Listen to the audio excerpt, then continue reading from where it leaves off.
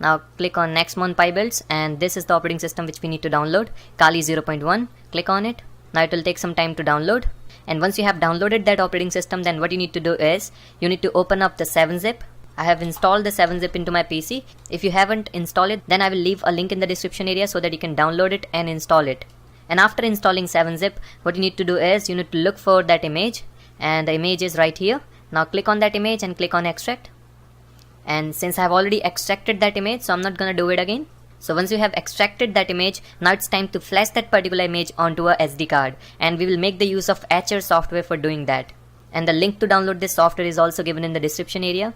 From here you need to select the image which you have extracted. Alright, click on open. You need to select your generic device, and I have plugged in my 16GB SD card. Now I will simply click on flash. Now it will take some time to flash this particular image onto our SD card. Let me talk something about this particular Kali Linux version. Actually, this Kali Linux version is only in the CLI modes, so you will not get the GUI version of this Kali Linux. For getting the GUI of Kali Linux, you have to install the LXDE desktop environment into your Kali Linux.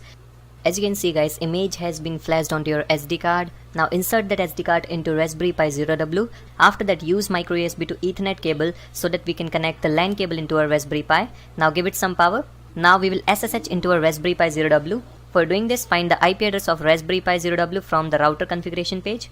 After finding your IP address, enter that IP address into the PuTTY software. If you don't have this software, then I will also leave a link in the description area so that you can easily download it and install it into your PC. Once you got the session, then enter the default username and password. The username is root and password is TOR. Now clone a repository from GitHub. This repository will do the several things, like it will install the GUI of Kali, it will install the Vino VNC server, it will also set up the USB interface into your Kali Linux, and it will also auto log in the Kali Linux. After that, go inside the directory and give the execute permission to install.sh file, and after doing that, run the install.sh file for about 20 minutes. Once all the things done, then after that you need to reboot your Raspberry Pi Zero W and rerun that particular script called install.sh. When we will run the install.sh file second time, then it will set up the Vino VNC server on startup. After running the install.sh file, shut down your Raspberry Pi. And after doing that, grab your phone and install the VNC viewer in your Android mobile phone from Play Store. Since we have already set up the USB interface on a specific IP address into Raspberry Pi, so we will connect our Android mobile phone to the micro USB port of Raspberry Pi Zero W using this OTG cable. Now use a good USB cable so that your Raspberry Pi Zero W can recognize your phone as a USB host.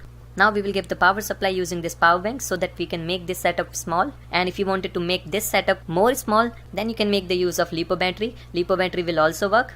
Now it will take about 1 minute to boot the Kali Linux into a Raspberry Pi Zero W. After that, go inside the phone settings and enable USB tethering. Now open VNC Viewer app and add a new connection with IP address 192.168.42.42. And this is the IP address of a Raspberry Pi Zero W on which the VNC server is running. Now after that, go to the application and then wireless attacks and click on the Wi-Fi tool. Since in the beginning I have already told you that Raspberry Pi Wi-Fi chipset will support the monitor mode if we will use this particular operating system. Now what I am going to do is, I will simply type in here mount_start and then I will run the Wi-Fi tool. And as you can see guys, we have two clients here. Now press the Ctrl C and now you can choose your client and hack them. So this was just an idea to tell you that how you can run Kali Linux on your Android mobile phone using Raspberry Pi Zero W over USB. So I hope you guys like this video. So if you guys like this video, then give it a big thumbs up and let me know in the comment section which video do you want to watch in future. So thanks for watching and I will see you in the next video.